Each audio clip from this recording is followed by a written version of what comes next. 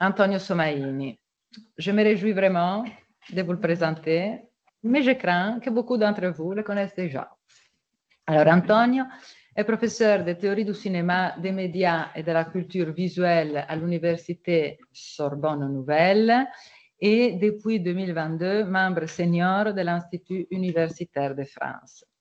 Il a été invité comme fellow un peu partout dans le monde, mais surtout au sein des centres de recherche en Allemagne avec lesquels il collabore intensément depuis quelque temps. Il vient d'ailleurs de rentrer d'une période de visiting professor à l'université de Harvard. Il était au département Art, Film et Visual Studies. En 2022, il a été visiting professor à l'université de Yale dans le Humanities Programme. Les recherches d'Antonio se développent dans le domaine des études cinématographiques, des études visuelles et de la théorie des médias, selon une double perspective. La première concerne les théories des années 20 et 30. Benjamin, Eisenstein, Krakauer, Vertov, avec l'objectif de les mettre en relation avec des questions qui traversent la théorie contemporaine du cinéma, des médias et de la culture visuelle. La seconde s'intéresse à la culture contemporaine, culture visuelle contemporaine, et notamment à l'impact des technologies d'intelligence artificielle sur le champ des images fixes et en mouvement. Alors, ces publications se sont développées en suivant les deux orientations de recherche que je viens d'évoquer. Alors, les premières, plus historiques, si l'on veut, mais ce sont toujours des livres des théories de la photographie, du cinéma et des médias. Je vous rappelle la Glass House de Sergei Eisenstein, Cinématisme et Architecture de verre, Paris 2017, e in italien Eisenstein, il cinema, le arti, il montaggio, Einaudi 2011, ainsi que plusieurs autres livres traduits en anglais, en allemand et portugais sur le cinéma d'Eisenstein et sur la théorie des médias de Benjamin. Je ne mentionnerai qu'un livre sur Benjamin, Aura et Choc, saggi sulla teoria dei media, écrit avec Andrea Pinotti. La deuxième orientation de recherche concerne les contemporains et a donné dernièrement lieu à un livre important coécrit avec Andrea Pinotti, vous le connaissez je crois, ça a été écrit en italien et puis traduit en 2002 en français. 2022. 22, oui. Oui. Mais vous l'avez écrit en 2020, non? Publié en italien 2016, okay. Mais là c'est vraiment une nouvelle version un peu réécrite en 2022. Alors c'est culture visuelle, image, regard, médias, dispositifs au presque du réel. J'oserais dire que ce livre, oui, d'une certaine manière, est un peu une somme des deux différentes orientations de recherche, parce qu'il y a toute une partie sur les années 20 et 30, et puis un croisement avec la contemporanéité. On parle aussi des réalités augmentées, des réalités virtuelles. Vous savez que c'est la thématique de l'ERC d'Andrea Pinotti. Et puis on termine avec l'intelligence artificielle générative. À propos de l'intelligence artificielle générative, nous avons déjà discuté longuement pendant ce séminaire, un peu l'année dernière, mais surtout cette année, à l'occasion de l'ouverture, son article très important qui est apparu sur Grey Room en 2023, qui s'intitule Algorithmic Images, Artificial Intelligence and Visual Culture. Il a aussi écrit avec Francesco Casetti, donc avec des semi-sémioticiens, comme ça. Anciens sémioticiens. Par exemple, ils ont coécrit un livre collectif qui s'intitule La haute et la basse définition des images, photographie, cinéma, art contemporain, culture visuelle. Je tiens aussi à vous dire qu'il faut aller visiter à partir du 11 avril l'exposition sur l'art, sur l'IA et l'art contemporain au musée du Jeu des Pommes, dont Antonio est actuellement commissaire général, avec Alexandre Geffen, qui a été notre invité l'année dernière à ce séminaire. Ce n'est pas la première fois d'ailleurs qu'Antonio est le commissaire principal des expositions, il a déjà une certaine expérience. Il a dirigé d'autres expos à Venise, à la Fondazione Prada, mais aussi à la Triennale de Milan et dans d'autres villes. On se réjouit vraiment de t'entendre. Et alors, la parole est à toi. Merci beaucoup Maria Giulia et Juan Alonso pour cette invitation. Je me réjouis beaucoup de pouvoir intervenir devant vous aujourd'hui. Je vais partager mon PowerPoint tout de suite, sans faire par contre la présentation plein écran parce qu'elle efface complètement les slides suivantes que j'ai besoin de voir. Donc, ça restera comme ça. Et donc, voilà, je travaille sur cette question de l'impact de l'IA sur le champ des images, de la culture visuelle, de la photographie, du cinéma, des arts contemporains depuis quelques années. Je le fais aussi dans le cadre d'un projet qui a été sélectionné par l'UF pour 5 ans. Et ce qui m'intéresse, c'est de voir comment, en même temps, ces disciplines doivent un peu repenser certains de leurs concepts clés, de leurs concepts historiques, par exemple le concept de style, ou encore celui de création, de reproduction, de copie, d'originalité, etc., dans la perspective de ces nouvelles technologies. Mais aussi, je m'intéresse à la nécessité, à mon avis, d'intégrer dans le langage de la théorie et de l'histoire de l'art des concepts provenant de l'informatique qui jouent un rôle central dans le champ de l'IA analytique ou générative. Et c'est le cas de ce concept d'espace latent dont je vais parler aujourd'hui, dont je voudrais montrer l'importance pour comprendre ce qui se passe avec les images aujourd'hui, avec l'irruption de tous ces modèles et de tous ces algorithmes d'IA. Et je voudrais montrer aussi que ce concept a des enjeux non seulement théoriques et esthétiques, mais aussi culturels, épistémologiques et politiques.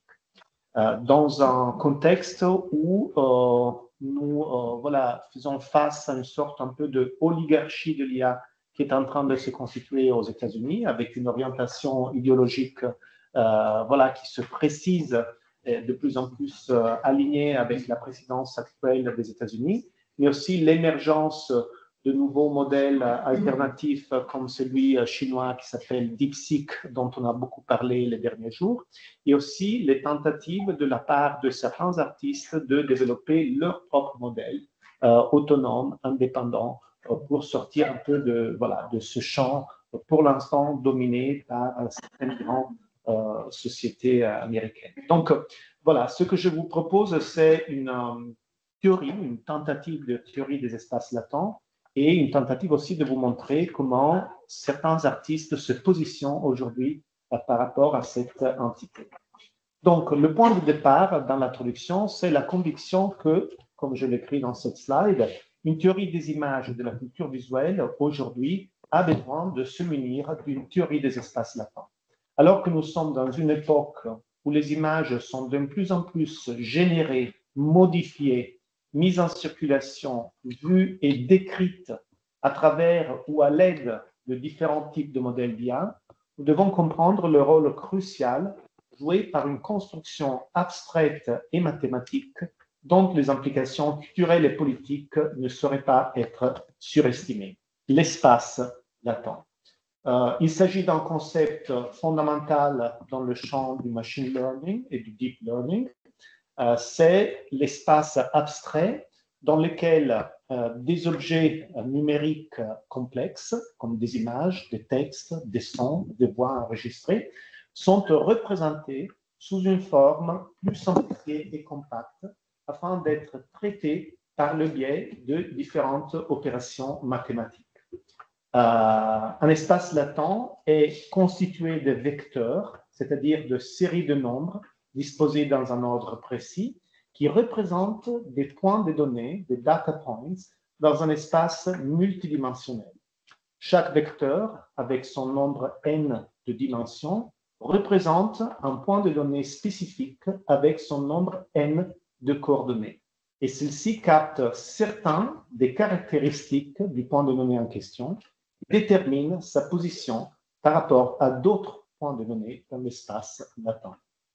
Or, cette entité mathématique, cette construction mathématique, ces grandes matrices faites de vecteurs numériques jouent aujourd'hui un rôle très très important dans la culture visuelle contemporaine à plusieurs niveaux. Et il faut aussi souligner le fait qu'il n'y a pas un seul espace latent, mais il y a une pluralité d'espaces latents, souvent en compétition entre eux. Il y a un espace latent pour chaque modèle entraîné. Et l'espace latent, d'une certaine manière, est la représentation en forme vectorielle du training set des données qui ont été utilisées pour entraîner les modèles. Ces espaces latents jouent un rôle fondamental dans les systèmes de machine vision ou de vision artificielle. Ces systèmes qui puisent leurs racines dans les années 60, en fait même fin 50, le premier réseau de neurones artificiels, le perceptron, avait eu comme première application un système de reconnaissance de caractères écrits. Donc, on était déjà dans un champ de vision artificielle. Depuis le début des années 2010, ces systèmes de machine vision ou computer vision ont commencé à être appliqués de manière de plus en plus pervasive à l'ensemble des images numériques qui peuvent être disons, ciblés en ligne sur Internet. Donc, ils sont capables de, par exemple, analyser les milliards d'images qui circulent à travers les réseaux sociaux afin de détecter, reconnaître, classifier des objets, des lieux, des visages, des corps, des gestes, etc. Et les espaces latents des réseaux de neurones qui sont utilisés pour cette opération, par exemple les réseaux de neurones convolutifs, Convolutional Neural Networks, jouent un rôle très important dans la manière dont ces réseaux fonctionnent. Les espaces latents jouent bien sûr un rôle fondamental par rapport aux modèles d'IA générative. Et donc, ces modèles qui ont commencé à se développer déjà dans la deuxième moitié des années 2010, mais qui ont eu une sorte voilà, de passage à un autre niveau en 2022, avec le lancement des modèles capables de générer des images fixes ou en mouvement à partir de prompts textuels, des modèles qu'on appelle text-to-image ou text-to-video, des modèles qui ont commencé aussi rapidement à faire l'opération inverse, c'est-à-dire produire des textes à partir d'images. Et maintenant, depuis quelques mois, commence aussi à fonctionner sans besoin de prompt textuel. Il y a un nouveau type d'opération qui s'appelle blending, par exemple, avec Midjourney, qui permet de donner au modèle deux images de départ, comme par exemple les deux que vous voyez là en haut, et de laisser que le modèle génère tout seul, sans aucune voilà, indication textuelle, une troisième image qui les fusionne. Et là, j'ai demandé à une des artistes qui fera partie donc, de cette exposition que je prépare, à Gwenola Wagon, de m'envoyer quelques exemples de blending, voilà, juste pour vous montrer un peu ce qui se passe. Qu'est-ce qui se passe dans ce cas? Les deux images qui sont données au modèle sont d'abord vues, entre guillemets, par un système de machine vision qui les connecte, disons, à des vecteurs dans un espace latent. Et ensuite, un autre modèle va chercher un vecteur situé, d'une certaine manière, entre les deux vecteurs qui correspondent à cette image. Donc, il fait une opération qu'on appelle interpolation, autre concept clé, à mon avis, pour une théorie des images de la culture visuelle. Espace latent, interpolation, training set, dataset, voilà, des termes avec lesquels on doit commencer vraiment à se familiariser si on veut comprendre ce qui se passe. Eh bien, ce blending produit des images à partir d'autres images sans qu'il y ait aucune indication textuelle. Les espaces latents jouent un rôle fondamental aussi dans la circulation des images à travers plateformes, réseaux sociaux, par exemple tous les systèmes de recommandation utilisés par Netflix ou par voilà, les réseaux sociaux se basent aussi sur la codification dans un espace latent des préférences des utilisateurs, ce qui détermine ensuite quelles images seront proposées plutôt que d'autres. Et finalement, ces espaces latents aussi jouent un rôle dans le champ des, disons, humanités numériques qui essayent de donner, à travers des formes de visualisation de données, une forme visuelle, graphique à des vastes quantités de contenu culturel. Donc, on est face à une nouvelle entité qui joue un rôle crucial, je pense, au sein de la culture visuelle contemporaine et de ses dynamiques de production, de réception, de circulation, d'interprétation. Et ce n'est pas une surprise que depuis quelques années, les artistes commencent de plus en plus à s'y intéresser et à développer des stratégies par rapport à cette entité. Avant d'analyser certaines de ces stratégies, je passe à une deuxième section qui essaie d'approfondir un peu plus cette notion d'espace latent et aussi d'essayer de tracer une généalogie possible de cette notion. Donc, pour commencer, les espaces latents sont des espaces mathématiques, sont faits de nombres, de vecteurs, et ce sont des espaces de compression et de représentation. Pourquoi de compression? Parce que on y représente en forme réduite, comprimée, des objets, texte, images, sons, qui ont un nombre supérieur de dimensions. Donc, ils sont vraiment liés à toutes ces technologies de compression qui ont joué un rôle fondamental dans l'espace de notre culture numérique. Par exemple, les formats de compression des images, JPEG, ou encore les formats de compression de son ou de vidéo, MP3, MP4, etc. Ils sont aussi des formes de cartographie. Un espace latent est un espace qui permet un représentant sous forme de vecteurs des données qui peuvent être, par exemple, des nombres écrits à la main. Ces espaces latents peuvent permettre de les cartographier, de les positionner les uns par rapport aux autres.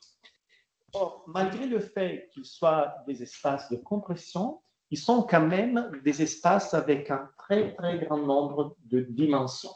Ils peuvent avoir des centaines, voire des milliers de dimensions, ce qui les rend complètement invisibles, inimaginables, impossibles, disons, à visualiser.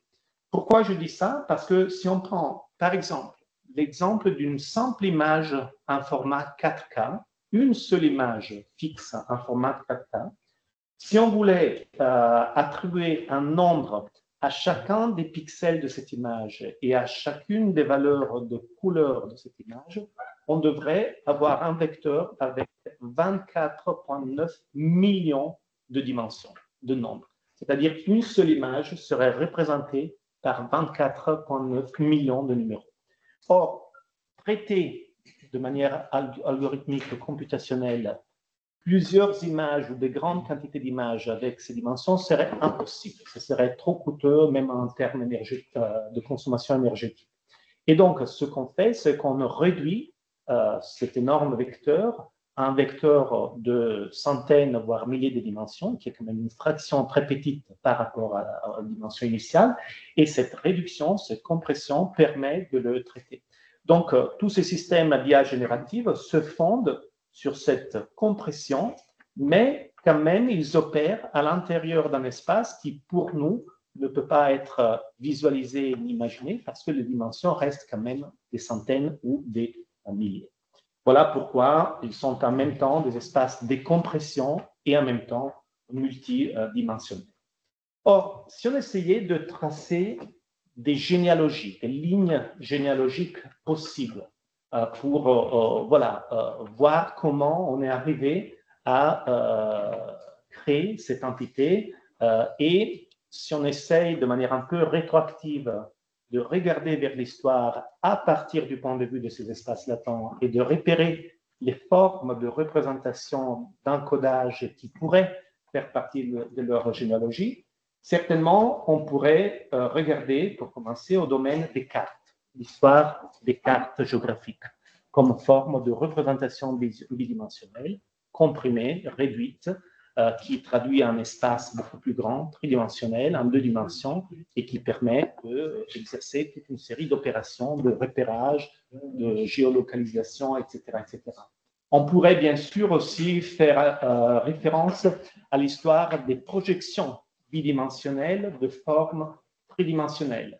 Projections perspectives, orthographiques, axonométriques, etc.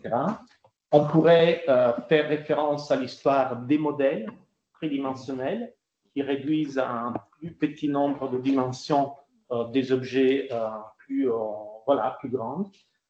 On peut y faire rentrer aussi l'histoire de formes de représentation comme la représentation perspective, avec ces systèmes, par exemple, fondés sur la grille et donc sur la réduction de figures tridimensionnelles à des représentations bidimensionnelles localisées à l'intérieur de l'espace de représentation à travers des coordonnées.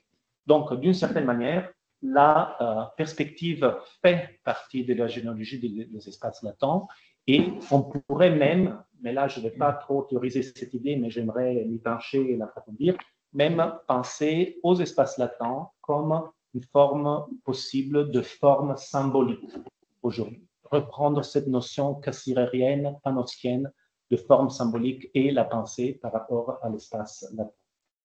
On peut aussi penser aux tables des jeux, jeux d'échecs, encore une fois, représentation en forme de grille, espace réduit, comprimé, organisé selon des coordonnées qui permettent toute une série d'opérations qui ont une dimension en partie algorithmique. Ceci dit, si on cherche les racines plus directes de cette notion, il faut aller les chercher ailleurs et elles se trouvent surtout dans une série de domaines issus de l'histoire des mathématiques, des statistiques et de la psychologie, en particulier de la psychométrie. Dans les années 30, 40, 50, dans le domaine de la psychométrie, on parle de variables latentes. Les années 60-70, il y a la Principal Component Analysis, PCA, qui parle de facteurs latents. Et c'est à travers cette tradition qu'ensuite, pendant les années 80-90, on commence à parler de espace latent dans les modèles de neurones artificiels comme les auto-encoders. Aujourd'hui, les espaces latents sont une composante fondamentale de tous les modèles de deep learning qui sont actuellement utilisés pour générer, modifier, diffuser, voire décrire des images. Les Convolutional Neural Networks, qui ont joué un rôle fondamental au début des années 2010 dans le domaine de la machine vision, les Variational Autoencoders, utilisés pour les deepfakes, les Generative Adversarial Networks, ou GAN, qui ont été beaucoup utilisés au début des années, deuxième moitié des années 2010 par des artistes, pour générer, par exemple, des images photoréalistes, mais qui ne sont pas issues d'une captation optique. Ensuite, les Transformers, dont je pense on parlera dans la prochaine intervention, Clip, ou encore les modèles de diffusion. Toutes les opérations que font ces modèles, voilà, vous voyez la listée en anglais, morphing, outpainting, inpainting, upscaling, denoising, style transfer, toutes ces opérations-là, effectuées par des modèles d'IA générative, sont effectuées grâce au passage dans cet espace latent. Outpainting consiste à essentiellement prolonger une image au-delà de son cadre de manière automatique. Inpainting, ça veut dire changer des éléments à l'intérieur d'une image ou effacer des éléments et les remplacer avec d'autres choses. Upscaling, c'est le processus qui permet d'augmenter le niveau de définition d'une image. C'est très utilisé aujourd'hui, par exemple, à la télé pour ramener au niveau des écrans contemporains, par exemple, des films produits dans les années 80-90. Denoising, c'est pour éliminer des formes de bruit, des rayures, des défauts. Donc, ça fait partie un peu de la restauration aujourd'hui à travers IA. Et style transfer, c'est cette opération très intéressante qui a déjà commencé à se développer il y a déjà presque une dizaine d'années et qui permet, à travers voilà, des modèles d'IA générative, de transférer le style d'une image à une autre image. Qu'est-ce que oui, la connexion est un peu instable. Oui, mais ça va venir. Oui, donc, je pense qu'il n'y a rien de grave. Tout vient tranquillement. Et... Alors, stop sharing. Et après, je reviens. Ou... Oui. Mais je pense que ça... Oui. Regarde, elle est un peu... Moi, je laisserai tout comme il est. On demande aux gens s'ils voient en ligne. Oui, moi je vois, oui, je suis dans la diapositive morphing of painting, etc. Oui, ok. Alors, je continue sans trop me préoccuper. Ok, très bien. Alors, bon, j'avais toute une partie un peu technique sur la manière dont fonctionnent ces espaces latents par rapport aux différents modèles d'IA analytique et générative, mais peut-être je la passe et on pourra éventuellement y revenir lors des questions. Avant d'examiner quelques exemples de pratiques artistiques avec ces espaces latents, j'aimerais quand même réfléchir un peu sur cette notion de latence, cet adjectif latent qui a tant de connotations intéressantes pour nous en sciences humaines, qui renvoie voilà, dans vers plusieurs directions. C'est une connotation, bien sûr, une idée, cette latence, qui souligne aussi un peu le fait que ces technologies d'IA analytiques ou génératives ont une grande dimension d'inaccessibilité. On parle souvent de black box, de black boxing, c'est-à-dire le fait qu'on connaît ce qu'on met, les inputs, les prompts, on connaît ce qui sort, les images, les textes, mais on a très peu d'idées précises de ce qui se passe dedans. Et même les programmeurs voilà, ne sont pas en mesure, par exemple, de reconstruire toute la chaîne d'opération qui mène d'un prompt à une image générée. On peut voilà, savoir un peu quel type d'opérations ils sont effectuées, tout le processus de diffusion, forward diffusion, reverse diffusion, etc. Mais il n'y a pas la possibilité de tracer une série d'opérations qui mèneraient du prompt à l'image. Parce que le nombre de paramètres dedans, le nombre d'opérations, etc., dépasse les possibilités de reconstruction de ce calcul. Et donc, tout un secteur en ce moment de recherche sur l'IA vise à rendre plus transparents ces modèles et vise aussi à trouver des manières de rendre ces espaces latents plus visualisables. Mais le terme de latence mérite absolument d'être approfondi.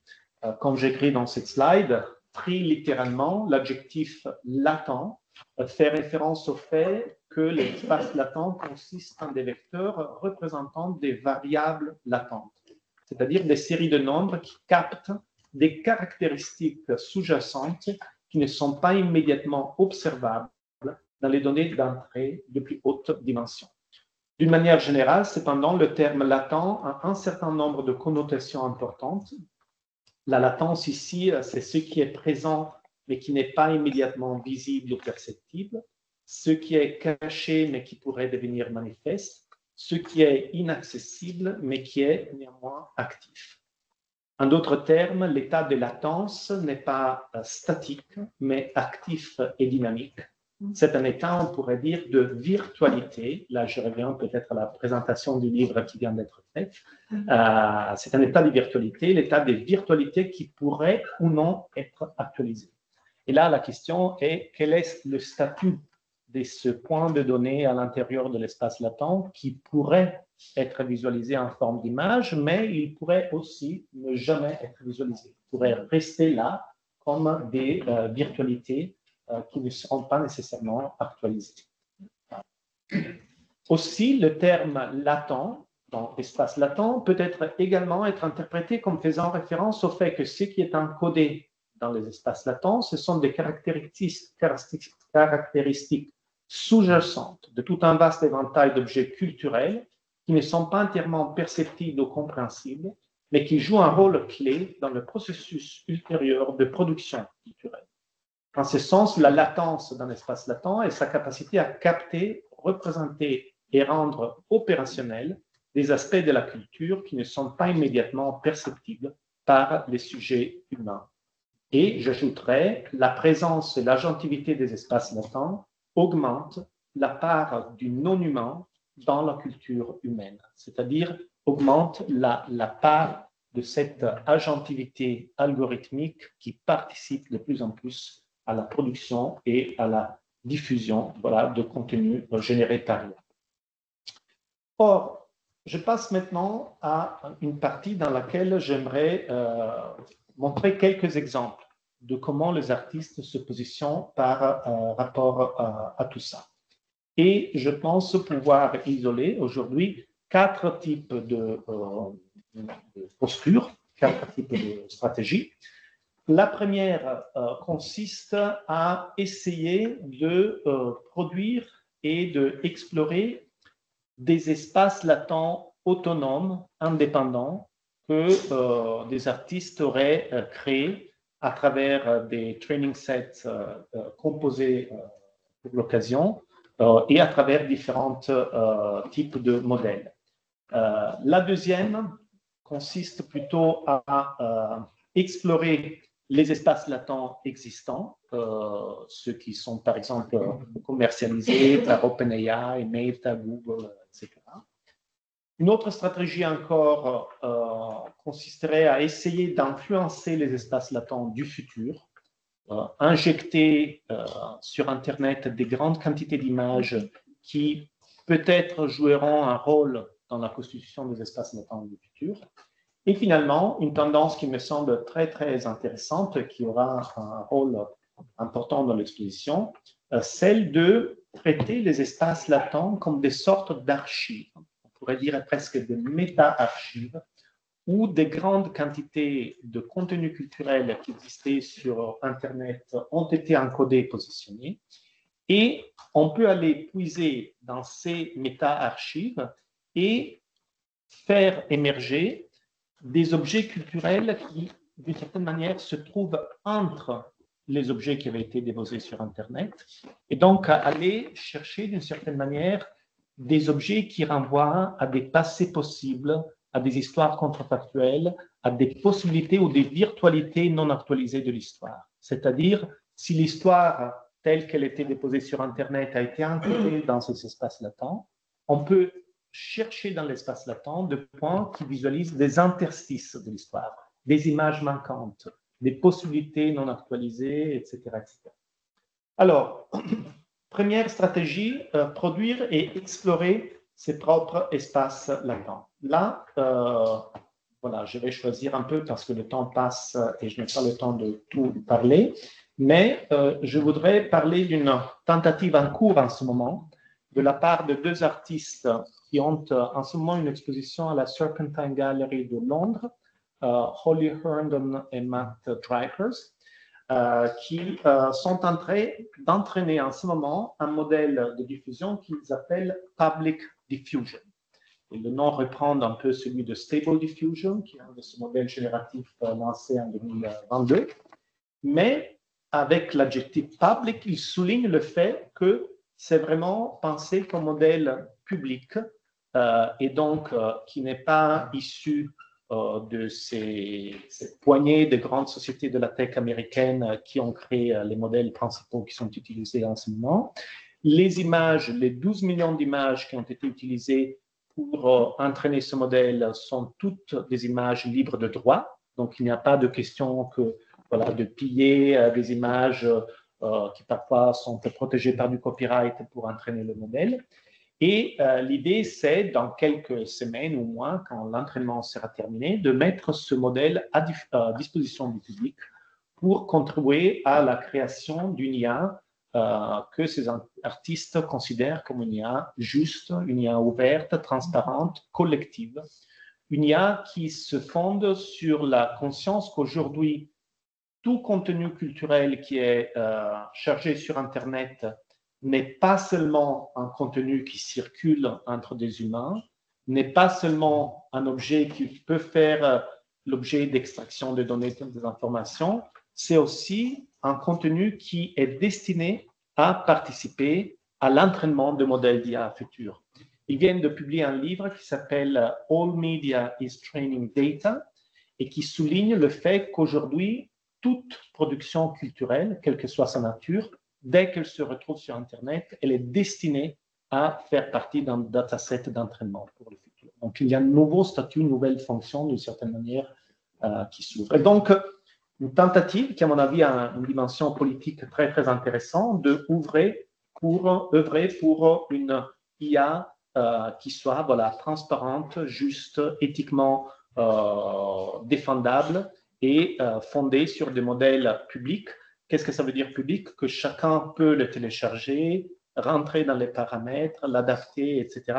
Et donc sortir un peu de cette situation dans laquelle aujourd'hui, si on utilise Midjourney, si on utilise ChatGPT, si on utilise Gemini, Llama, etc., vous aurez certainement vu qu'il y a toutes sortes de limites, de prompts interdits, de prompts cachés, d'images qu'on ne peut pas visualiser, parfois les modèles génèrent même des descriptions d'images qui ensuite ils retirent parce qu'ils ne sont pas autorisés, etc., etc. Donc, essentiellement, on joue dans un champ qui est réglé par toute une série de limites, de barrières qui sont instaurées de manière très opaque par les sociétés privées qui gèrent ce modèle. Tandis que là, l'idée, c'est mettre le modèle dans les mains de chacun et laisser que chacun puisse le paramétrer à sa manière.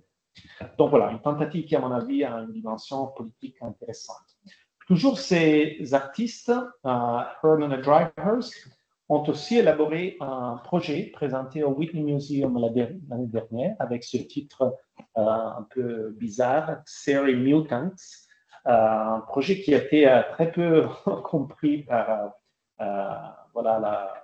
les critiques qui en ont parlé.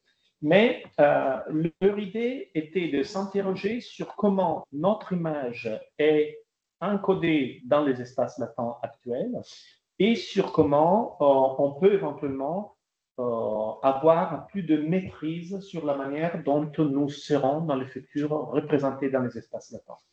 Ils ont pris comme point de départ le visage de Holly Herndon, qui est un des deux artistes, femme très connue, chanteuse, etc., et qui a ce look, disons, caractérisé par ses cheveux rouges, yeux bleus, etc. Et ils ont vu que son embedding, son encodage dans les espaces latents des modèles d'IA générative existantes se concentrait surtout sur ces éléments-là, la couleur de cheveux, les yeux, etc., etc. Ils ont fait ça à travers une technique complexe dont je n'ai pas vraiment compris comment ça fonctionne, ça s'appelle Textual Inversion, qui permet essentiellement d'aller voir dans quel type de vecteur par quel type de vecteur on est représenté. Et donc, ils ont décidé de créer un système au Whitney Museum qui permettait à tous les visiteurs d'accéder à un modèle text-to-image et de générer des images de Holly Herndon avec n'importe quel type de prompt, de générer des images de ce type-là et d'injecter dans le site de Whitney des milliers d'images de Holly Herndon avec ce costume qu'ils avaient créé, avec ses cheveux qui sont beaucoup plus longs, etc., pour essayer de voir si demain, toutes ces milliers d'images qui sont stockées dans le site d'un musée de référence comme le Whitney, etc., pourront avoir un effet sur la représentation de Holly Herndon dans les espaces latents du futur. Donc, voir si on peut trouver une manière d'influencer la manière dont on est représenté. Bien sûr, nous ne sommes pas tous représentés dans un espace latent parce que pour y être présent, il faut qu'il y ait un nombre assez large d'images de nous sur Internet. Donc, pour l'instant, ce sont surtout des personnalités qui ont une présence sur Internet, qui ont, disons, on pourrait dire, des vecteurs qui les représentent là-dedans. D'autres artistes encore ont au contraire utilisé les espaces latents, voilà, les plus communs, les plus accessibles, même avec toutes leurs contraintes, leurs limites, leurs propres interdits, etc. Et ont cherché quand même, à travers un usage très sophistiqué des prompts, de visualiser des zones de ces espaces latents qui sont très éloignés de tous les stéréotypes très kitsch et répétitifs qu'on trouve normalement. Et là, l'exemple que je fais est celui d'un artiste, cinéaste, écrivain français qui s'appelle Éric Bullon, qui a réalisé un nouveau projet qui est présenté à ce moment dans un espace qui s'appelle Les Canneries, à 1 heure de Paris, et qui sera aussi présenté dans l'exposition au mois d'avril. Son projet, Éric Bullon est un artiste et écrivain qui s'intéresse beaucoup à ce qu'il appelle le cinéma imaginaire, c'est-à-dire l'histoire d'un cinéma fait non tant des films réalisés, mais de tous les projets de films qui sont restés à l'état d'ébauche, à l'état d'idées, de projets non réalisés, des idées parfois utopiques de cinéma qui sont inscrites dans l'histoire de la littérature, de la poésie. Il s'est intéressé, par exemple, aux écrits de cet écrivain symboliste, s'appelle Saint-Paul Roux, qui, entre la fin des années 20 et début des années 30, écrit toute une série d'aphorismes de notes appelés cinéma vivant.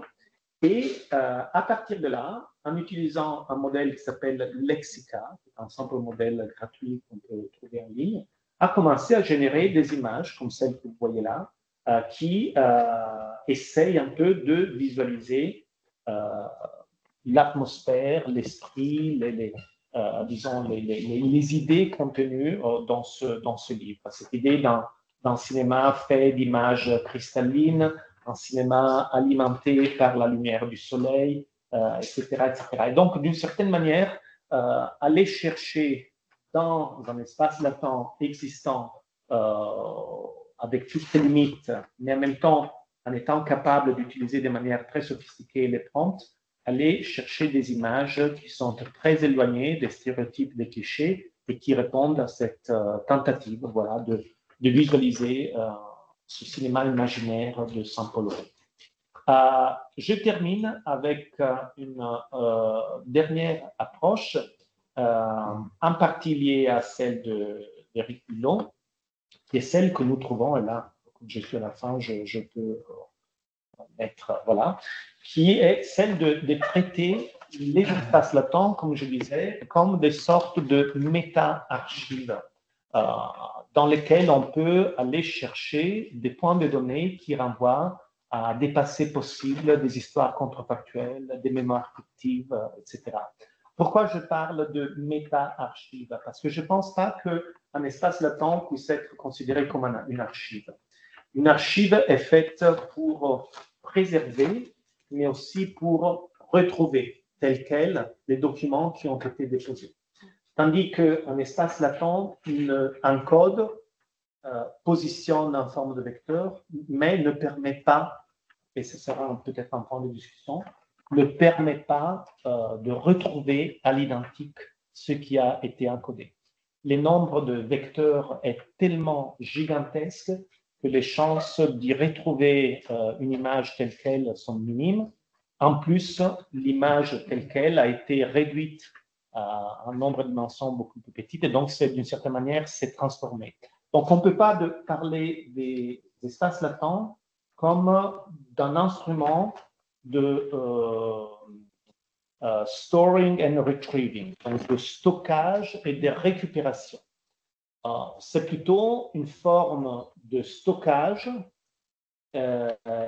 mais qui ne permet pas l'acte de retrouver et récupérer.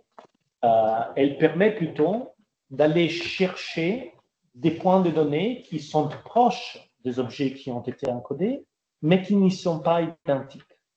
Et donc, c'est un espace, comme je disais, de virtualité qui peuvent être actualisés et qui se prête beaucoup, et c'est beaucoup d'artistes qui travaillent dans cette direction, à aller chercher des images ou des textes, là je parle surtout d'images, qui renvoient un peu au passé des images qui étaient dans le training set, mais qui montrent des variations, des versions, et qui renvoient donc, comme je disais, à des passés possibles, des histoires contrefactuelles, etc. Et là, le travail de l'artiste que je voudrais mentionner pour finir, c'est celui de Grégory Chatonsky. Pourquoi on ne voit plus il y a toujours un peu de retard, mais c'est possible aussi que... Peut-être, alors je dois sortir. Ah, si, c'est peut-être parce que toi... Voilà, bon, on le voit comme ça. Donc, Chatonsky a lancé un projet en 2023 dans la ville du Havre, un projet qui s'appelle La ville qui n'existait pas, qui est un projet urbain qui consiste en un film, des images de différentes dimensions qui peuvent être des cartes postales, mais aussi des grandes affiches sur les côtés de grands bâtiments, voilà, de la ville du Havre, mais aussi des sculptures, etc. Et l'idée, c'est de raconter à travers ce projet qui s'appelle La ville qui n'existait pas, une histoire contrefactuelle, possible, alternative de la ville du Havre qui a cette particularité d'avoir été presque détruite complètement, rasée au sol lors des bombardements de 1944, avant d'être ensuite reconstruite par un plan urbain très, très moderniste, presque un peu brutaliste de Perret dans les années 50-60. Et donc, il a entraîné un modèle d'IA Stable Diffusion avec aussi des images provenant des archives photographiques de la ville du Havre et a généré des images qui contiennent des éléments qui renvoient à l'histoire photographique de la ville, mais qui montrent aussi toute une série de variations possibles de développement que, voilà, que la ville aurait pu prendre, mais qu'elle n'a pas pris. Et donc, c'est un projet parmi beaucoup d'autres qui montre la tendance de beaucoup d'artistes contemporains à utiliser l'IA pas tellement pour réactualiser le futur, mais pour, on pourrait dire, réimaginer le passé. Donc, tourner l'IA plutôt en arrière dans le temps et aller chercher dans ces espaces latents, comme je disais, des passés possibles, alternatifs, contrefactuels. Et voilà, je termine un peu en soulignant encore une fois, à mon avis, l'intérêt en tant que chercheur en sciences humaines, que ce soit en sémiotique, histoire de l'art, théorie des images, etc., d'aborder cette notion, d'essayer de la théoriser et d'intégrer dans nos concepts, dans notre lexique, des concepts comme celui-ci, comme celui d'interpolation, etc., qui, à mon avis, nous permettent voilà, d'essayer de comprendre un peu ce qui se passe avec toutes ces nouvelles images qui ont fait surface seulement il y a quelques temps. Merci beaucoup.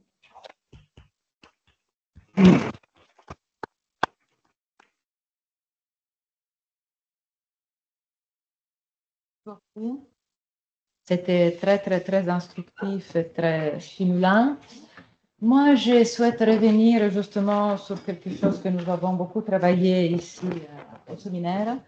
Celle-là est plus sûre, parce que celle-ci est toute... Oui, prends. Nous avons justement travaillé déjà pas mal. Seulement certaines interventions ont travaillé sur les espaces latents. Bien sûr, on nous a donné des précisions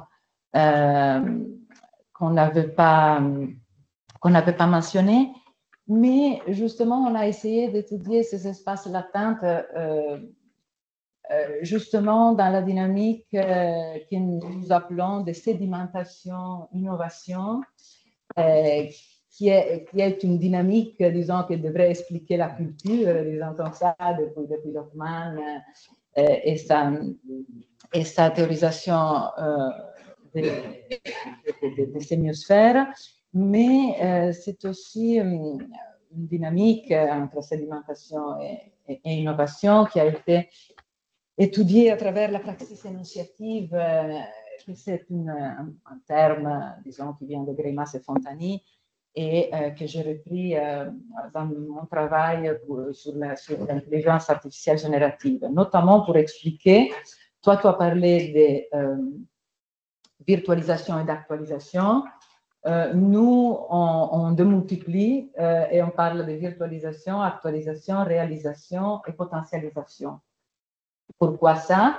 Parce que, évidemment, bien sûr, l'espace virtuel et l'espace latent au sens où tout est sédimenté, disons, ce que tu as dit, tout est training data, tout notre passé est en training data, est du training data, de la masse training data. Il y a évidemment un moment, un passage d'actualisation, mais l'actualisation n'est pas encore une réalisation, c'est-à-dire que ce ne sont pas encore des formes réalisées. Hein. Nous, en sémiotique, on l'appelle mise en discours, mais si on traduit dans les processus de faire des images, c'est le moment, je ne sais pas, du prompt ou du blending, tu vois, c'est un moment de passage. Et puis, on a la réalisation, alors les images que tu nous as montrées, les artistes choisissent, sélectionnent, etc. Et puis, il y a les passages très intéressants de la potentialisation, que tu as décrit en disant on essaie d'influencer les futurs. Hein? Alors, évidemment, qui travaille sur Midjourney le sait très bien. Nous, on ne peut pas influencer le futur en produisant des images. On peut en produire 7000 milliards sur Midjourney, mais on ne pourra pas rentrer dans les circuits sédimentation, innovation. On peut le faire avec Stable Diffusion, tu le disais dans ton article. C'est ouvert, les images qu'on produit sont prises en considération, reviennent dans le flux. Hein. Donc, d'une certaine manière, on peut espérer que si on produit des images à travers Stable Diffusion, elles sont très intéressantes, elles sont très reprises, etc., on sera sédimenté. Hein. Mais bien sûr, avec Midjourney et Dali, on ne peut pas être sédimenté, c'est-à-dire on ne peut pas rentrer dans le circuit et donc éventuellement devenir quelque chose d'apprécié, de repris, etc. Donc, tout ça pour te dire que nous aussi, on a traité cette question en 4 étapes. Et, mais effectivement, si on a pensé à influencer le futur, on a beaucoup moins pensé à la question de revoir le passé, les contrefactuels et les situations alternatives. Tu as montré à un moment rapidement Manovic. On sait très bien que Manovic, on sait très bien que Manovic ne visualise pas des espaces latents, proprement dit. Hein. Toi, tu dis espaces latents parce que ce sont des images. Data visualization. Oui, parce que ce sont toutes des images, celles qui sont représentées sont toutes des images qui existent vraiment, qui ont une histoire, etc., etc. Mais justement, tous les espaces gris, disons, sont les virtualités non actualisées, non réalisées. Et là aussi, je pense que le travail de Manovic, même s'il est ancien, disons, par rapport à ce que tu nous présentes sur les espaces latents, c'est quand même important parce que déjà là, il y avait une histoire de l'art alternative possible, c'est-à-dire tout ce que Mondrian n'a pas fait à cette époque, l'a fait Rothko dans une autre ville quelques années après, etc. Mais effectivement, même Van Gogh aurait pu le faire quand il était à Arles plutôt que quand il était à Paris, etc. Donc, bon, on n'a pas vraiment travaillé sur le passé alternatif, mais on s'est posé la question de tout ce qui n'a pas été réalisé. Alors, je termine parce que je sais qu'il y a beaucoup de personnes qui veulent prendre la parole, mais je voulais revenir sur les dernières choses que tu as dit, sur la question des points proches. C'est-à-dire, on ne pourra pas revenir comme dans un archive, lorsqu'on manie un espace latent, on ne pourra pas trouver l'image telle qu'elle comme dans un archive, mais on pourra trouver des points voisins, etc. Et moi, justement, en travaillant sur le style, sur comment on déforme les styles, sur la stéréotypisation des styles, etc., j'ai parlé des styles comme région, comme zone, comme régionalisation de points, non? Parce que justement, on a le problème de quand on demande à Midjourney, par exemple, ou à Dali, ou n'importe quelle machine, construis-nous des images selon le style de Van Gogh, par exemple. Évidemment, on rend pertinent une région. Hein. On ne pourra jamais avoir une image déjà faite, hein, comme tu l'as dit, mais on aura tout un ensemble de semi-possibles, disons, qui sont actualisés dans l'image qu'effectivement on obtiendra.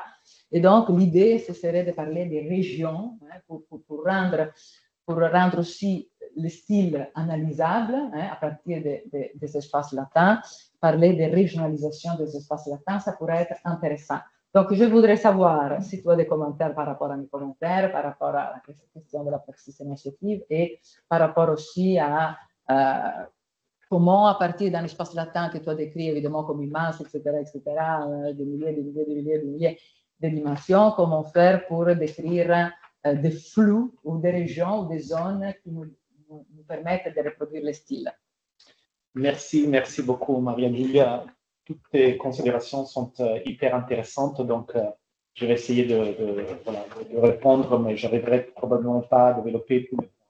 Donc déjà, je trouve que souligner cette question de comment les espaces latents contribuent à cette dynamique de sédimentation et d'innovation est fondamentale. La sédimentation, c'est le moment où les contenus se trouvaient stockés sur Internet, qui sont finis dans les training sets, sont encodés et embedded dans les espaces latents.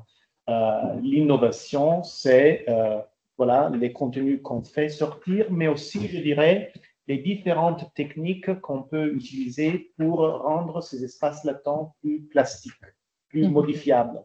Et les espaces latents de modèles diffusés en open source, comme Stable Diffusion, par exemple, peuvent faire l'objet de techniques comme les LoRa, Low Rank Adaptation, qui permettent d'injecter dans les espaces latents des nouveaux points de données qui introduisent des nouvelles entités, comme si on allait peupler l'ontologie de ces espaces latents avec des nouvelles entités, des nouvelles, des nouvelles images, des nouveaux styles, des nouvelles matières, etc.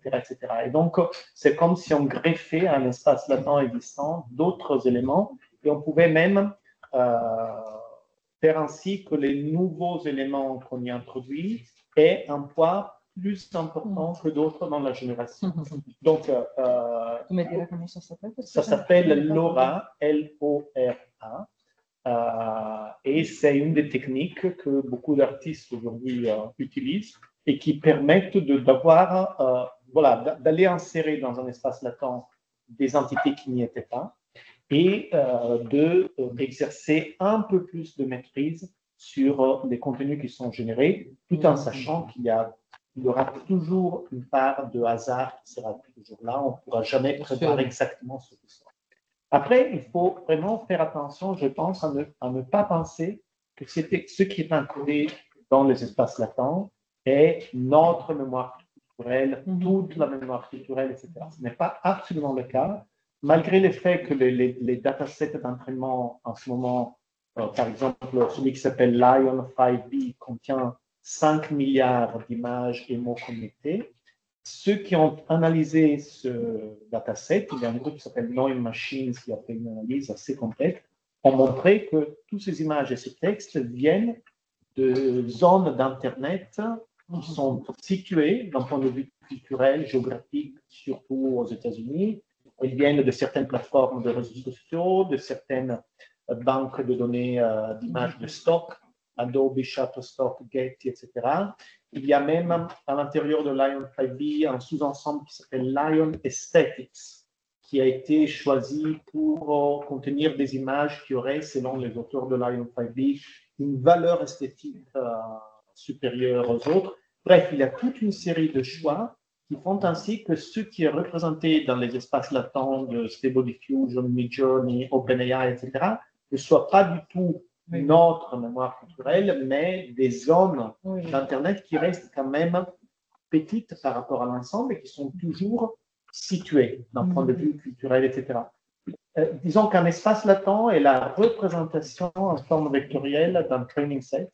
Et donc, ce qui peut être généré est un peu influencé, influencé dans ce qui a été. Après, le travail d'Éric Hulot montre qu'on peut aller faire sortir des images qui sont très loin des clichés que ces espaces tendent à favorir, mais quand même, le rôle joué par les training sets reste fondamental. Virtuel, actuel. Alors, je me suis beaucoup interrogé sur, peut-être là, c'est un point qu'on pourra rediscuter aussi ensuite. Est-ce que le passage des points de données dans l'espace latent aux images générées est une forme d'actualisation d'une virtualité ou de réalisation d'une possibilité? Pour reprendre la double, voilà. Et là, je penche plutôt vers le couple virtuel actuel. Mais toi, tu sembles dire que après ce passage virtuel actuel, il y aurait un troisième passage que tu appellerais réalisation. Et là, peut-être on pourra revenir sur pourquoi tu penses, parce que voilà, si j'insère un prompt dans Midjourney, je génère une image, j'actualise un forme d'image, un point de données qui existait comme image virtuelle dans l'espace latent. J'aurais besoin un peu de comprendre la nécessité d'ajouter un troisième passage de réalisation quand une image est déjà virtuelle. Mais oui. Voilà. Et sinon, pour finir, la régionalisation des espaces latents. Mais on va revenir sur la question actualisation-réalisation. Les espaces latents, on pourrait dire, sont un peu, d'une certaine manière, de monde, avec leur ontologie. Cette ontologie, d'une certaine manière, est plate, dans le sens qu'ils sont tous en forme de vecteurs, c'est que des chiffres, mais ces vecteurs renvoient quand même à des images très différentes les uns des autres, et donc il y a des régions, et on peut, à travers des techniques comme les LoRa, ou en jouant sur les paramètres, on peut voilà, enrichir, peupler ces régions de nouvelles entités, les étendre, les rétrécir, etc. Donc, il y a une certaine plasticité, mais cette plasticité se trouve seulement dans les modèles open source et pas dans les modèles privés, fermés, sur lesquels on ne peut pas agir. Voilà.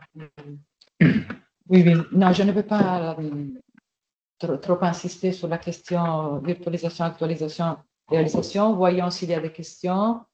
Éventuellement, on revient sur comment on conçoit l'actualisation par rapport à la réalisation, nous, et comment on peut la concevoir pour l'IA générative. Alors, j'ai une question en ligne. OK. Attendez, maintenant il faut écrire parce que quand trop de mains se lèvent, alors la première c'est Aluminé, la deuxième c'est Gilles, n'est-ce pas? Gilles, Rossana, je sais bien comment tu t'appelles, Margot et ensuite Georges. Il me semble qu'il n'y a plus personne. S'il vous plaît, mais s'il y a des personnes. Comment tu t'appelles? Lucas. Alors, on va voir, hein, parce que bon, vers 30, il faudra quand même faire une petite pause pour ensuite laisser la parole à Bruno, mais vas-y, Aluminé. Bonjour. D'abord, je demande pardon parce que ma question n'est pas du tout sémiotique. C'est plutôt pour reprendre la première réflexion présentée. Merci beaucoup pour cette magnifique intervention.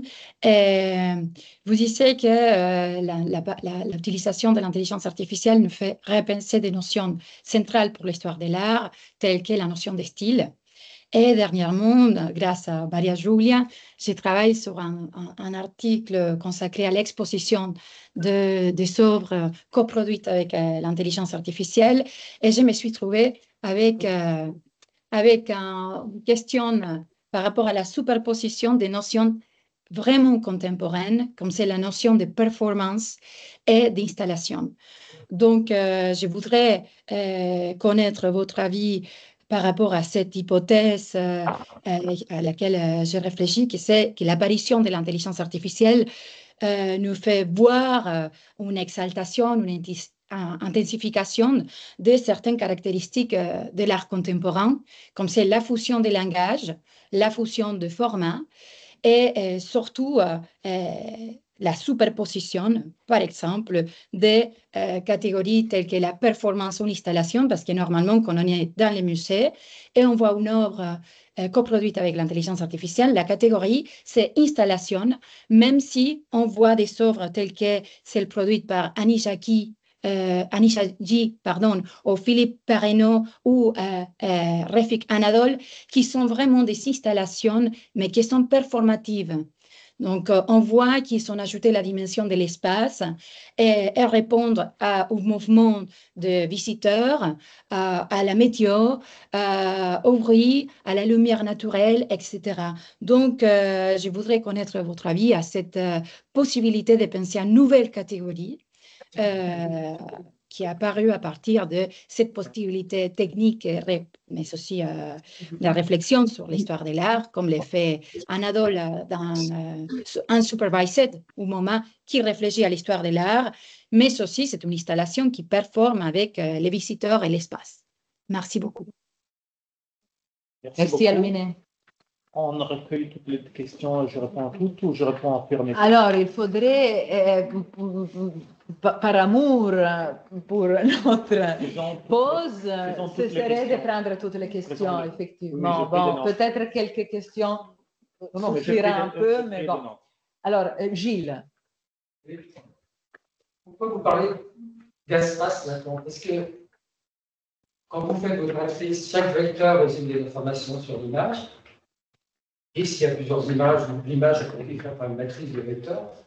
Et vous passez tout de suite à l'espace, alors que les espaces d'information, les espaces vectoriels, il y a toute une série de théories qui examinent la commutation des vecteurs, la friction des vecteurs, la compétition des vecteurs, mais qui ne présupposent pas d'emblée la cohérence spatiale, au sens de Carnap. Et même la théorie des correspondances parle de ça. Pour revenir aux images, une image, c'est une somme de vecteurs, mais elle va rencontrer une autre image. Vous pensez tout de suite que les images vont se reposer. Elles peuvent se recouvrir, se déformer, faire une morphogénésis. Donc, la théorie des vecteurs latents paraîtra plus pertinente dans vos mêmes catégories d'analyse. Très bien, Roxane, la troisième. Merci beaucoup. Je voulais revenir sur l'idée d'espace latent, mais du point de vue des possibles. Vous avez montré des exemples qui montrent le Havre, d'autres possibles. Et je me posais la question, est-ce que pour comprendre finalement ce que fait l'espace latent, cette pluralité de couches, on n'aurait pas peut-être, ce serait pas facile, plus facile de passer par un parallèle avec la théorie littéraire des récits. Finalement, si on reprend l'idée du monde possible qui revient aux années 80-90, les mondes possibles dans une théorie narrative, c'était quoi? C'était des combinaisons, des possibilités de nœuds à la fois syntaxique et sémantique qui se génèrent à partir de contraintes, mais avec une pluralité de combinaisons.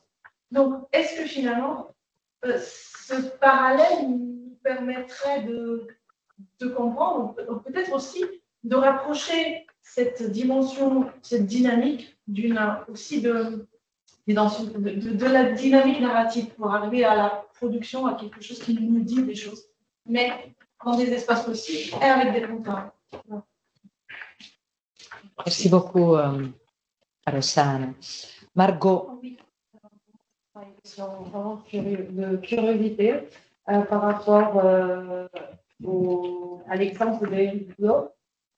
J'ai vu que les images sont en blanc et noir. Donc, déjà, je me demandais quel genre d'application a été utilisé pour générer les images. Et puis, si effectivement, si c'était un text-to-image, du coup, on l'a expliqué à peu près que c'était un clip du 1920 et c'est pour ça que l'image est en blanc et noir ou ça a été une question stylistique.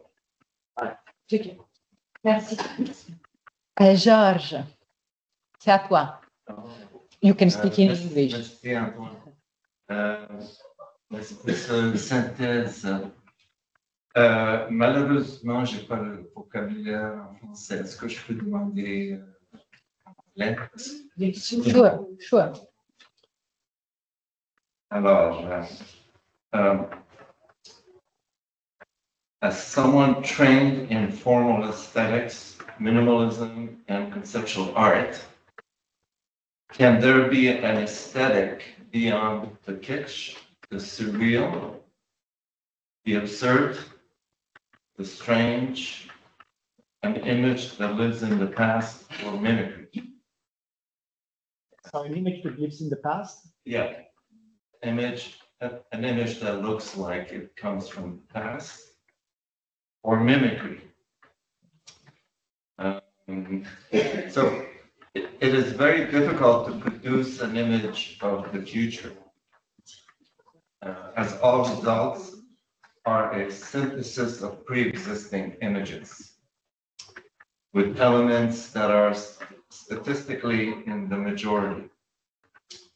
And, you know, comme vous avez dit, avec le 5D, c'est plutôt des images qui viennent de l'Internet et c'est des images qui ont été construites avec des esthétiques conventionnelles, commerciales. So, une solution qu'on fait en ce moment dans mon laboratoire à l'Université de Californie, c'est on essaie je continue en anglais. We are trying to influence, we're trying to force stable diffusion to go beyond what it can deliver.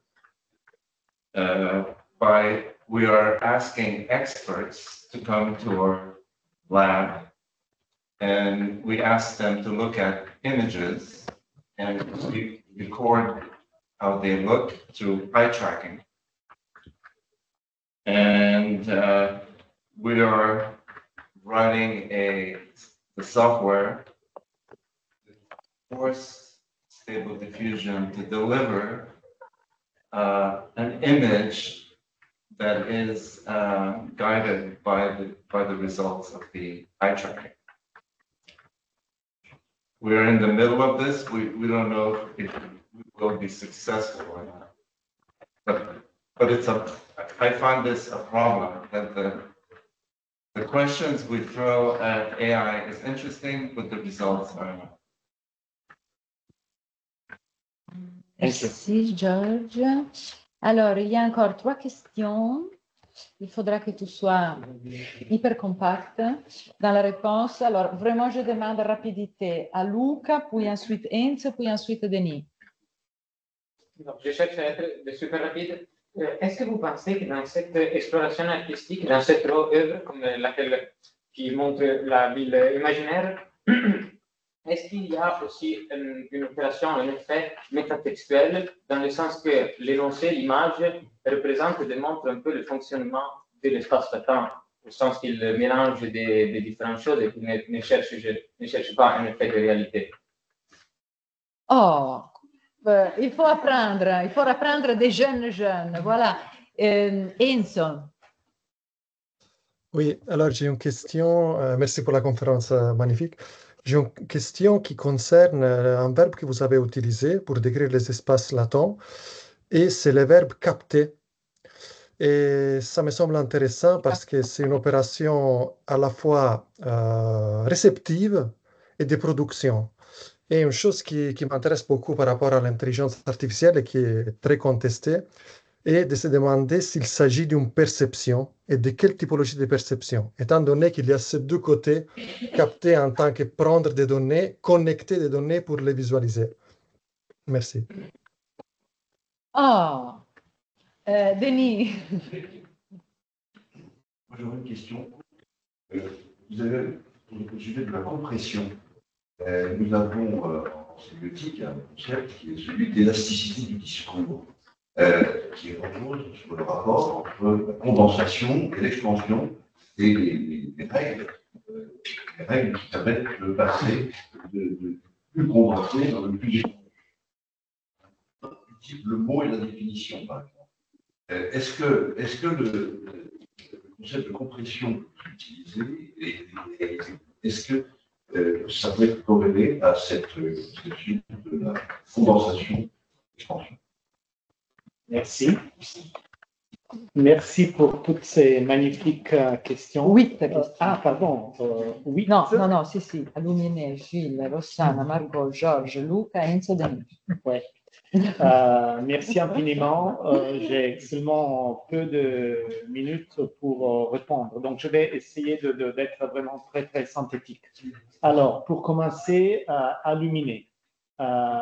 Vous me demandez si le fait de faire recours à l'IA dans le champ de l'art contemporain mène vers des œuvres qui ont une dimension de performance et d'installation. Et moi, je suis assez d'accord.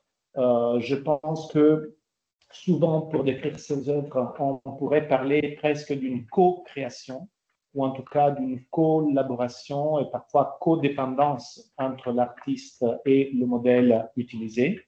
Je pense que la performance, c'est-à-dire la dimension live, est souvent là, mais pas toujours. Certains artistes réalisent des films, des vidéos avec l'IA, mais après, ce qu'ils projettent, ce qu'ils présentent dans la galerie, ce sont des enregistrements de ces films. Et donc, ces œuvres ne sont pas alimentées en direct par des modèles d'IA. Dans d'autres cas, au contraire, le sont. C'est le cas de Unsupervised de Ritik Anadol. Il y a aussi cette question qui se dessine un peu en filigrane de votre question, qui est celle de l'intermédialité, c'est-à-dire ces modèles qui permettent de passer d'un médium à un autre, d'un texte à une image, d'une image à un texte, bientôt avec des modèles multimodaux, d'un texte à une combinaison de texte, images, son, etc. Et cette nouvelle forme d'intermédialité présuppose justement le passage à travers ce sorte de filtre algorithmique qui est justement l'espace latent, qui est un filtre qui traduit tout médium en forme mathématique, un vecteur, qui permettent d'opérer sur ce vecteur et de faire sortir comme résultat des objets qui se manifestent d'un point de vue perceptif sous d'autres formes médiales. Voilà un peu la réponse que je donnerai. Pour répondre à Gilles, j'utilise vos prénoms parce que je ne connais pas les noms de tous. Vous m'avez demandé pourquoi je parle d'espace latent. Je parle de ce terme parce que c'est un peu le terme technique qui a été utilisé dans la littérature mathématique sur ces questions. Il y a d'autres termes qui parfois sont utilisés et qui ont aussi des connotations hyper intéressantes. Il y a le terme de concept space, parfois utilisé, le terme de embedding space, qui est aussi utilisé. Pourquoi il y a toujours le terme space, espace? Parce qu'on pense à ces entités comme à des espaces vectoriels, c'est-à-dire qui contiennent des vecteurs qui décrivent des coordonnées, même si ce sont des coordonnées de l'ordre de la centaine ou des milliers de coordonnées, et pas seulement les 3 coordonnées dans l'espace physique. Voilà, donc j'ai un peu utilisé ce terme, mais je vois que vous n'êtes pas très convaincu, donc peut-être on pourra en reparler après et voir pourquoi vous pensez qu'il faudrait se détacher, s'éloigner de cette référence à l'espace. Rossana, la référence à la théorie des mondes possibles, bien sûr, pourquoi pas, je n'ai pas réfléchi dans cette direction, mais je pense que ça pourrait être tout à fait intéressant de développer ce lien pour penser les espaces latents. Margot, le modèle utilisé par Bülow est le modèle Lexica, un modèle qui essentiellement est du Stable Diffusion, auquel on accède à travers l'interface Lexica. Et le fait que les images soient noir et blanc et aient cet aspect est certainement le résultat des prompts qu'il a utilisés.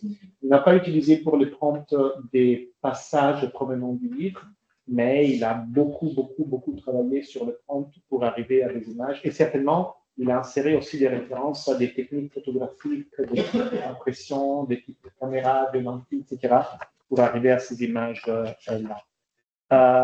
George, alors déjà, George sera dans l'exposition avec une œuvre qui remonte il y a quelques années, qui fera partie un peu de ces moments que nous aurons dans l'expo qu'on appelle des capsules temporelles, qui montrent un peu les relations entre les œuvres réalisées voilà, les dernières années et d'autres moments dans l'histoire de l'art génératif ou dans l'histoire des relations entre mots et images.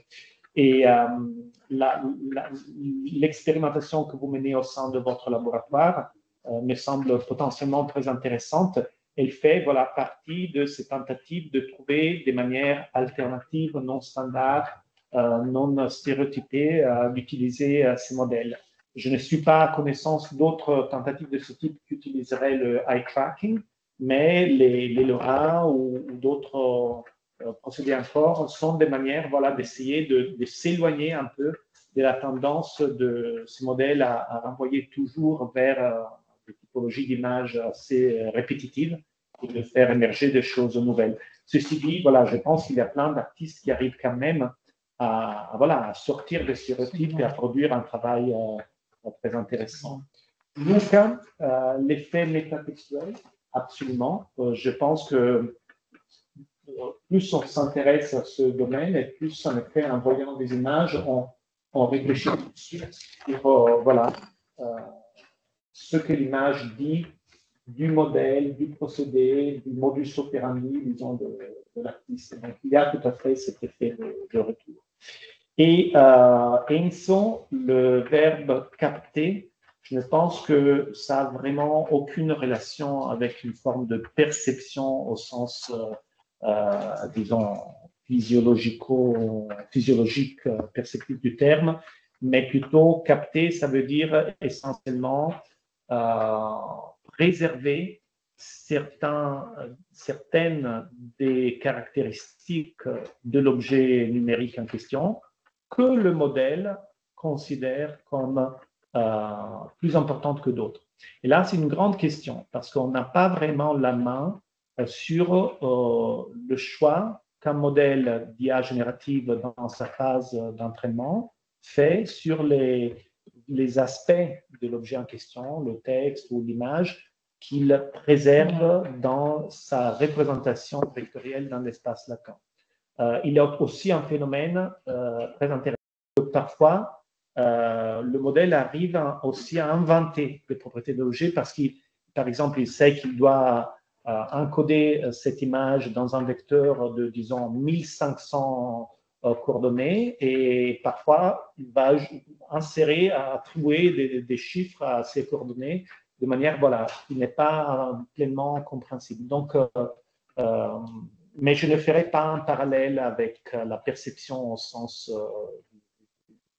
la perception visuelle. En même temps, je pense que quand on démultiplie les prompts, c'est-à-dire quand on répète les mêmes prompts de 2000 fois, bon, moi je l'ai fait seulement une fois, donc bon, c'est limité. Quand même, toujours pour revenir à la question du style, on peut voir une homogénéité des réponses qui peuvent nous faire penser à un certain style perceptif, disons. Oui, on peut faire plein de connexions et d'ailleurs, une grande partie du langage que nous utilisons pour parler de tout ça, une dimension métaphorique qui d'ailleurs nous aide aussi à comprendre. Le rôle de la métaphore est une forme aussi de connaissance essentielle dans tout ça. En même temps, voilà, ce sont quand même des processus purement mathématiques. La réponse à Denis. Oui, pardon. Absolument. Alors, est-ce qu'on peut faire une comparaison entre la compression qui produit les représentations de l'espace latent et la question de l'élasticité du discours et de la relation entre condensation et extension? Je dirais oui. En sachant qu'encore une fois, c'est une forme de compression mathématique et qui a des finalités liées au processus de calcul, de computation qui doivent être effectués à l'intérieur de ce espace latent. Et pour moi, la manière d'y arriver, la plus directe, est de regarder au phénomène de compression utilisé, voilà, comme je disais, dans les formats d'images ou les formats de son.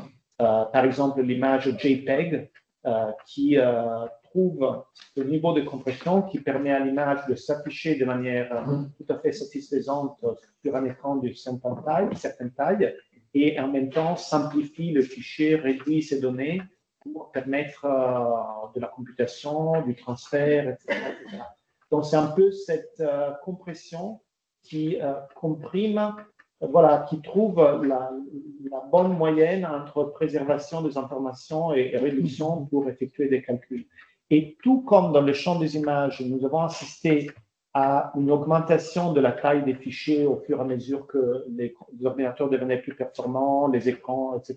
Je pense que pour l'espace latent aussi, il y aura un même changement. C'est-à-dire qu'on ira peut-être vers des espaces latents de plus grande dimension parce que les capacités de calcul augmenteront. Mais voilà, c'est à voir. Parfait. Merci.